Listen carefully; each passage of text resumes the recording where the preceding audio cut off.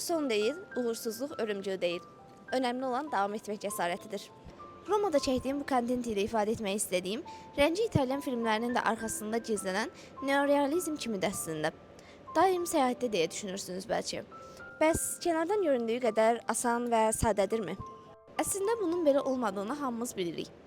Amma başqasının uğurunu şansla, rahat yolla əlaqələndirmək daha asandır hər zaman. Son bir il paralel olaraq iki fərqli işdə işləmək, freelance layihələri, komandamı idarə etmək, yeni dostlar formalaşdırmaq, uzaq məsafələri yaxın tutmağa çalışmaq. Həm burada köç salmaq, həm də gəzməyə, evə, hobilərimə vaxt ayırmaq. Asan idimi? Xeyr, əlbəttə ki.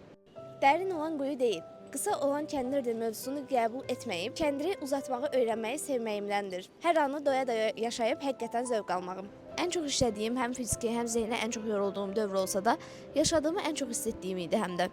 Çünki hər şey üçün minnətdar idim. Nietzsche'nin amorfati fəlsəfəsini mənimsəmişəm deyə bilərəm. Yəni, əgər varsa taleyimi, yoxsa yaşadıqlarımı sevirəm. Hamısının mənim yüklədiyim məna qədər olduğunu fərqindəyəm. Həyatımdan bir il şikayətlənərək, dərd keçərək keçirmək niyyətində deyildim. Ağırlığını qaydandan sonra hiss edəcəm bəlkə, amma dolu bir müddətin ardından qayıtmaq, xatırlayacaqlarım, qazandıqlarım hər biri üçün dəyərdir.